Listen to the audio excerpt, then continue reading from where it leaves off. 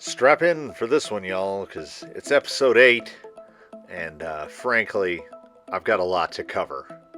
So we're going into the competitor spotlight, the last edition, and it's Colonel Mustard, that SCX-10-3.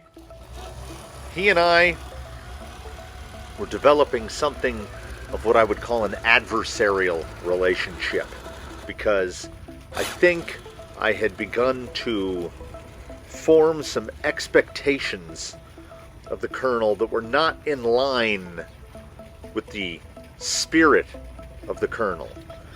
I see Axial and I think rock crawler. Like, this guy should just be able to assault whatever obstacle and manage it with ease.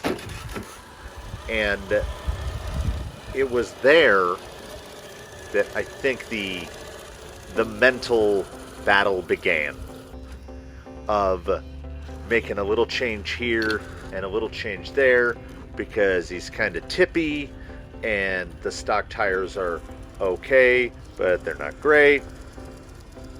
And it went through a number of steering servos, and it went through a couple different motors, and I think at this point I've probably settled into what's the final motor. We'll get the top off here in a moment and take a closer look at what is now under the hood. And this episode will be a little different. We're doing a little condensed. I'm just going to show the componentry first, and then we'll get into talking about it. He's recently been upgraded to a Hobbywing Fusion 1800 kilovolt. One of my favorite power plants for a crawler.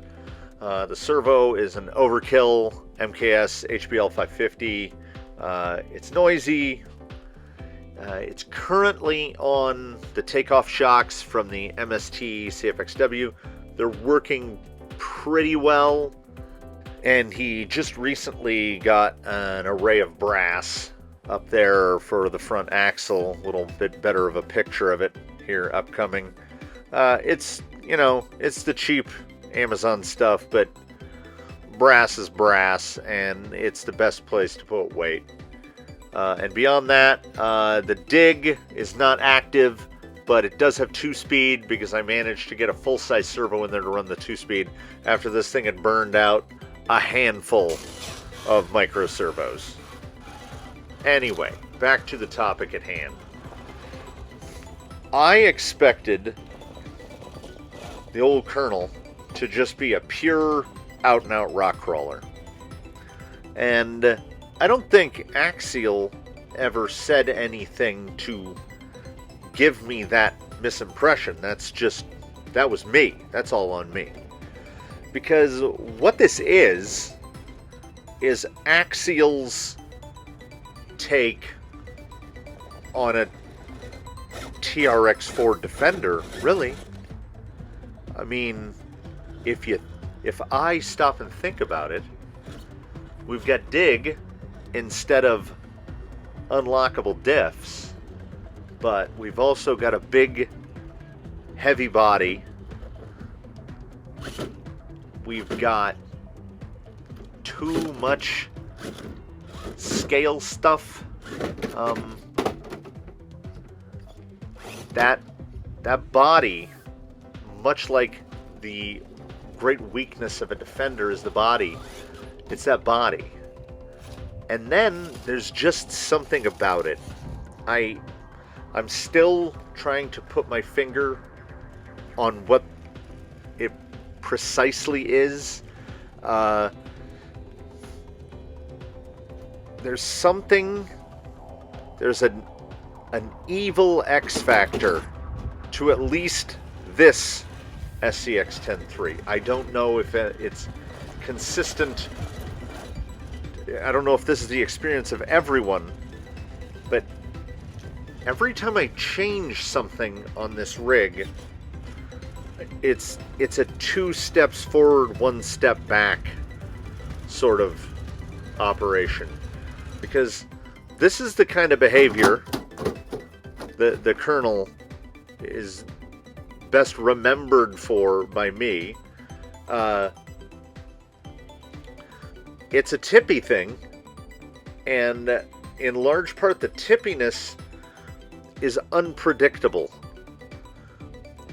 It's like I'm always waiting for it to happen in situations like this, and you can catch it a little, and then you can't.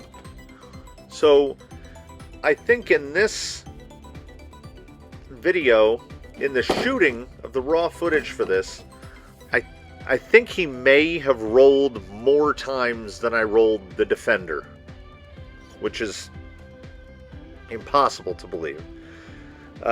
Anyone paying particularly close attention would notice that he's on a different set of tires than the tires when I did the parts breakdown, because the kernel is a bit of a Cinderella, and the glass slipper, I don't think I've found it. I found the glass slipper of today, and that wasn't easy because I started with these rock beasts on some bead locks, and I ran a while on these, and then I tried Canyon Trails and Grabbers and Vanquish VXTs. I tried this whole pile of tires, and they were all okay to terrible. And where it eventually landed, as much to my surprise as to anyone else's, were with these big-ish, they are 2.2s, but they are very short. I call them the faux KLRs, featured in a video some time ago on the ultra cheap, super light RPM revolver wides. And I guess that was the difference. Anywho, here's just some little footage. There's the VXTs, I believe. They weren't cutting it. That was as far as I went with those, and I took them off. Those are the silvery bolts in the center of the Grabbers. The Grabbers did a little better, so I decided to audition them a little more. And what you'll see here is a fraction of the footage that was actually shot.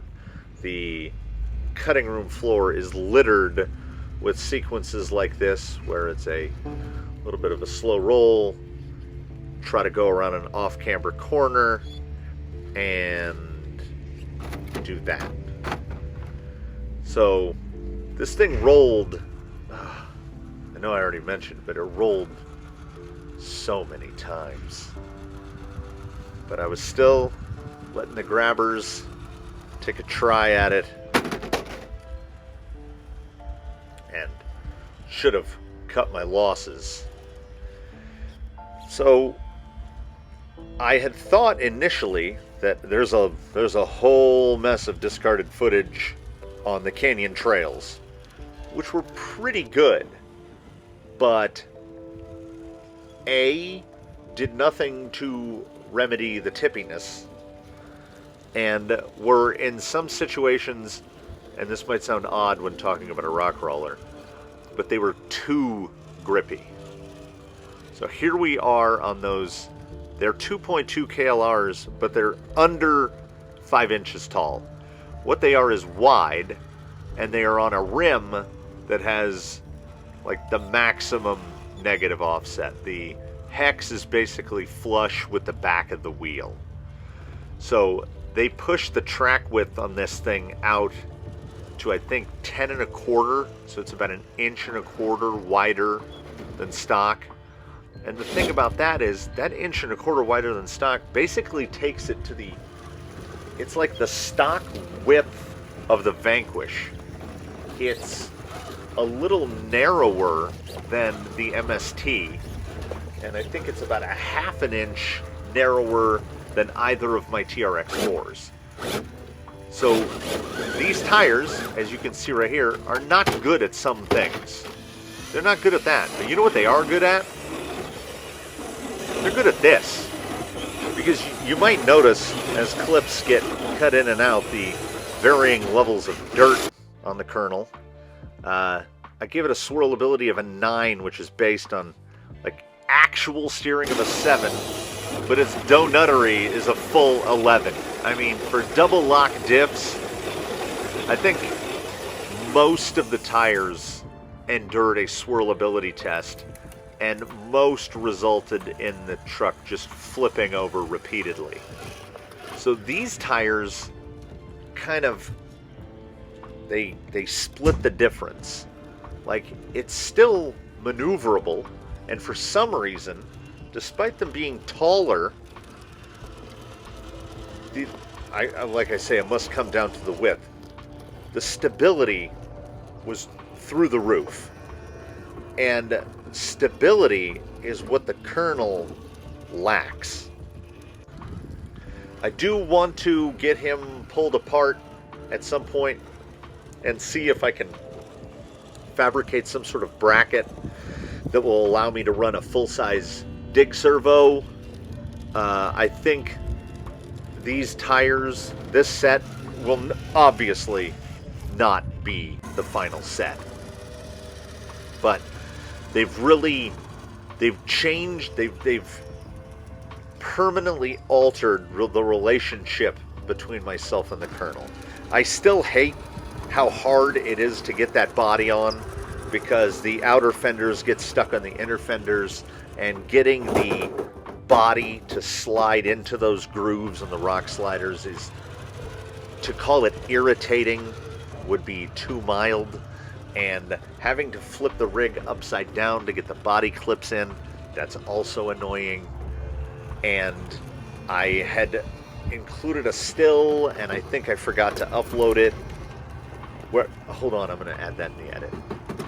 So I grabbed those files, and this rewinds back about 3 days when I initially tried to record the Colonel's Spotlight. We're going to come up to a little slow-mo bit right here, and you'll see drops in, and right there, it just looks like the wheel came up, right? But I was like, man, the steering feels weird. And it's because when the wheels got stuck, that servo just ripped the panhard mount like in half. So that brings me to the conclusion that that little bit there, like an $11 alloy panhard mount, that's not an optional part. If you're going to build one of these, just buy one of those and put it on there. Anyhow, now I've kind of lost my train of thought. So it's a renaissance for me and the Colonel, I feel. Still searching for the perfect glass slipper that fits the foot just right. But we're going to keep at it. And if nothing else, he looks good. Nice beefy tire. The cat likes it. And that'll do it for this one. Thanks for sticking through it with me. And I don't even know what's coming up next. Stay tuned for that. Crawler Canyon on Instagram. Thanks.